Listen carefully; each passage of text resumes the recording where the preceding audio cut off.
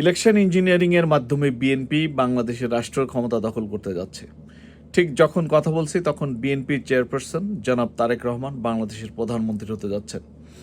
আমি আগেও বলেছি 12 তারিখে ভোট গণনা শুরুর পরপরই কিছুক্ষণের মধ্যে ফেয়ার ইলেকশন রেজাল্ট ডিক্লেয়ার করার পর আধা ঘন্টা 1 ঘন্টা পর হঠাৎ করে ইলেকশনের রেজাল্ট আসা বন্ধ হলো, ঘোষণা দেয়া বন্ধ হয়ে গেল।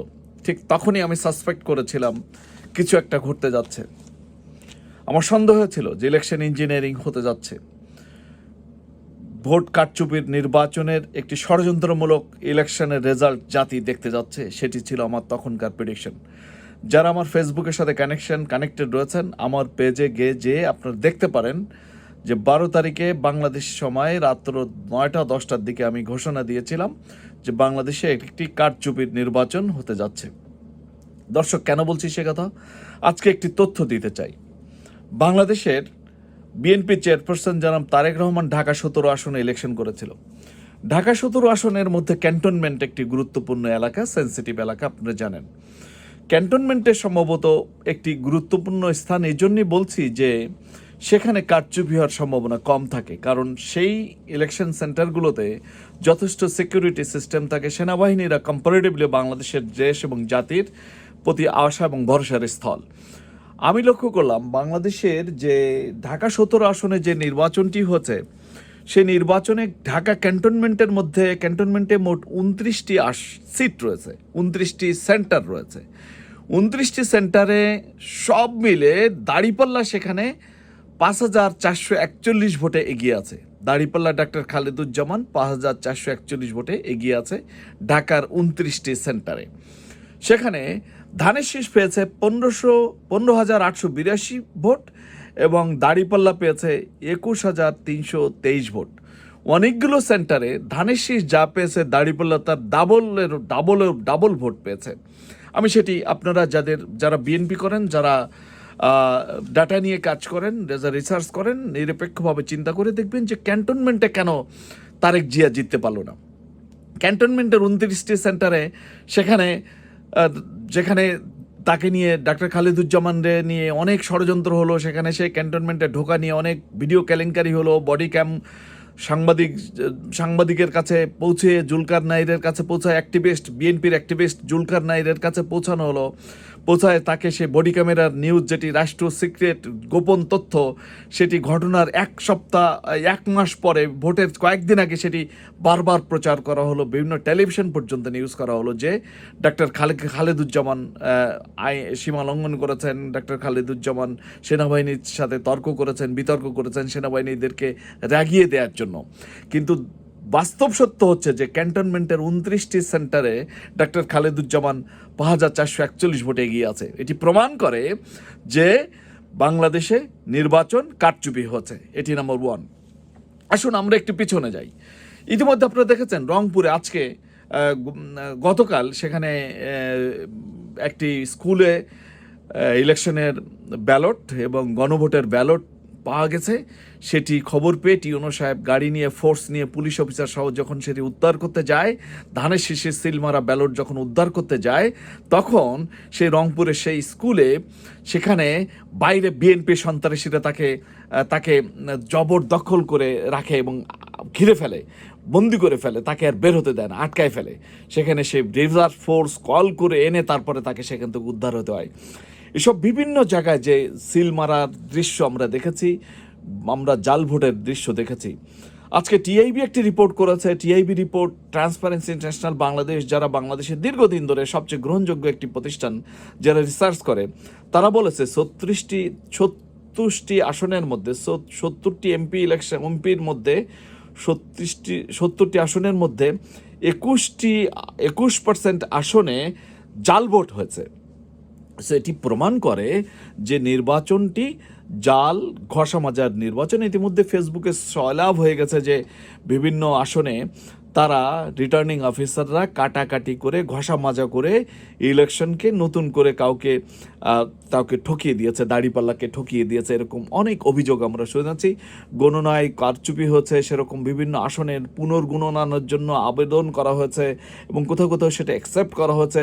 কোনো কোনো আসনে ভোট গণনা বিশেষ করে যেসব আসনে জামাত এবং 11 দলীয় জোটের লোকজন যেখানে জিতে যাচ্ছিল, সেসব আসনে ভোটের ফলাফল ঘোষণা স্থগিত করে সরকার বলতে প্রশাসন, রিটার্নিং কর্মকর্তারা। এটি বিশেষ প্রেসারে পড়ে কারচুপির অংশ হিসেবে এই কাজগুলো করা হয়ে থাকে। দর্শক, একটু পিছনে যেতে চাই। দেখুন, আমি বলছি যে এই ইলেকশনটি মিডিয়া কু হয়েছে বলতে মিডিয়া এমনভাবে দখল করেছে 5ই আগস্টের পরে বিএনপি সবগুলো টেলিভিশন চ্যানেলের মালিকানা তারা জবরদখল করে হোক, যেভাবে হোক তারা দখল করেছিল, সাথে করে নিয়েছিল এবং ষড়যন্ত্র করেছিল, যার কারণে আজকে প্রশাসনও তাকে হেল্প করেছে, যেটি প্রমাণ করে যে বাংলাদেশের ইতিহাসে কোনো একটি পলিটিক্যাল পার্টির লিডার তারেক জিয়া যখন বাংলাদেশে প্রত্যাবর্তন করে, তা আমরা সমালোচনা করেছিলাম, প্রায় 15,000 সশস্ত্র বাহিনীর সদস্যদেরকে নিয়ে তাকে লাল গালিচা সম্বর্ধনা দেওয়া হয়। একজন বেসরকারি একটা পলিটিক্যাল লিডারকে এভাবে সম্বর্ধনা দেওয়ার ইতিহাস পৃথিবীর কোনো দেশে কোথাও নাই। শুধুমাত্র সহানুভূতির কারণে, বিশেষ করে খালেদা জিয়ার মৃত্যুর কারণে তৎকালীন 11 দলীয় জোট তেমন কোনো প্রতিবাদ গড়ে তোলে নেই, তেমন কোনো আন্দোলন গড়ে তোলে নেই, সিম্প্যাথি কনসিডারেশন দেখিয়েছে, যেটি আমি মনে করি সেটি তাদের উদারতা ছিল। সেটি নির্বাচনে প্রশাসন যে তার পক্ষপাতিত্ব করতে পারে সেদিন থেকেই আমাদের একটি ধারণা ছিল, আমরা ধারণা করছিলাম। বন্ধুরা, আজকে আসুন আরও কয়েকটি ক্লু আজকে দিতে চাই। ইলেকশন কেন ইঞ্জিনিয়ারিং হচ্ছে, কেমন ইলেকশন ইঞ্জিনিয়ারিং হচ্ছে? বলছি যে মিডিয়া কু হয়েছিল। মিডিয়া কু হচ্ছে আপনাদের জানা থাকার কথা। জামাতের ঠাকুরগাঁও জেলা আমির জনাব বেলাল আহমেদ সাহেব সৈয়দপুর এয়ারপোর্টে অ্যারেস্ট হলেন। কেন অ্যারেস্ট হলেন? তার কাছে নাকি অবৈধ টাকা পাওয়া গেছে 74 লাখ। পুলিশ বলছে 74 লাখ, গুনে পেল 55 লাখ। সেটি অঙ্কের কথা নয়। তিনি ঘোষণা দিয়েছেন। ঢাকা কাস্টমসে জিজ্ঞেস করা হচ্ছে, ঢাকা কাস্টমসে সেখানে কাস্টমস ক্লিয়ারেন্স নিয়ে তিনি বিমানে রওনা হয়েছেন ঢাকা থেকে, যখন সৈয়দপুর গেছেন, সেখানে কিন্তু তাকে কোনো অবস্থাতেই তাকে কিন্তু গ্রেপ্তার করার কথা না। কারণ টাকা যদি অবৈধ না হয়, তার ব্যক্তিগত বিজনেসের টাকা নিয়ে তাকে গ্রেপ্তার করা হবে কেন? এটি একটি জুলুম, এটি একটি মিডিয়া সন্ত্রাস। সেখানে গোয়েন্দা তথ্যের ভিত্তিতে, প্রথম আলো কি বলছে, গোয়েন্দা তথ্যের ভিত্তিতে আটক করা হয়েছে তাকে। অর্থাৎ আর্মি তাকে পুলিশকে খবর দিয়ে, পুলিশ মিডিয়া সহ ওখানে যায়, মিডিয়া ট্রায়াল করে, তাকে গ্রেপ্তার করে। প্রথমে গ্রেপ্তার দেখায়, পরে তিনি অসুস্থ হয়ে পড়লে তাকে হসপিটালে ভর্তি করা হয়। অথচ মূলত কোনো সরকারে কোনো নিয়ম নাই যে আভ্যন্তরীণ বাংলাদেশের ডোমেস্টিক এয়ারলাইন্সে টাকা বহন করা যাবে না, পরিবহন করা যাবে না, এমন কোনো নিয়ম নাই বলেই কাস্টমস কিন্তু তাকে ঢাকা থেকে ছাড়পত্র দেয়। অথচ সৈয়দপুর এয়ারপোর্টে তাকে গ্রেপ্তার দেখায় এবং সেখানে তাকে মিডিয়া ট্রায়াল করায়। তিনি অসুস্থ হয়ে সেন্সলেস হয়ে পড়ে যাওয়ার অবস্থায়ও তাকে মিডিয়া ট্রায়াল করে বাংলাদেশের সকল টেলিভিশন চ্যানেল একযোগে প্রচার করতে থাকে জামাতের অবৈধ পয়সায় ঠাকুরগাঁও জেলা আমির আটক। এটি মোরালি ভেঙে দেওয়ার জন্য এরকম চেষ্টা, এরকম আরও অনেকগুলো চেষ্টা হচ্ছে। দর্শক, আপনাদের যদি মনে থাকার কথা, আজকে যে সিলেটে একজন অ্যাসিস্ট্যান্ট প্রিজাইডিং অফিসার আপনাদের রাত্রবেলায় তার এক বন্ধুর বাসায়, সেন্টারের পাশে এক বন্ধুর বাসায় গেছিল বেড়াইতে। সে বন্ধু সম্ভবত মাদ্রাসার শিক্ষক।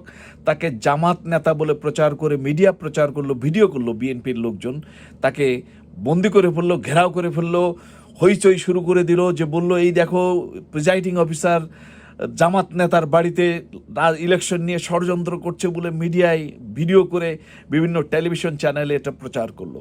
অর্থাৎ ইলেকশনের আগের রাত্রে যদি কোনো লোক যদি ইলেকশন সেন্টারে ঢুকেছে, এটি বিএনপির লোকজন সেখানে ঘেরাও করে, ভিডিও করে, অনলাইনে, অফলাইনে এবং টেলিভিশনে প্রচার করতে থাকলো যে ইলেকশন ইঞ্জিনিয়ারিং হচ্ছে, কেন্দ্র দখল হচ্ছে, জামাত নেতারা এরকম অবৈধ কাজ করছে, এরকম হাইপ তোলার চেষ্টা করলো। অর্থাৎ তাদের টার্গেট ছিল জামাত অথবা 11 দলীয় জোটকে এমনভাবে মোরালি হিট করা যাতে করে নেতাকর্মীরা দুর্বল হয়ে পড়ে।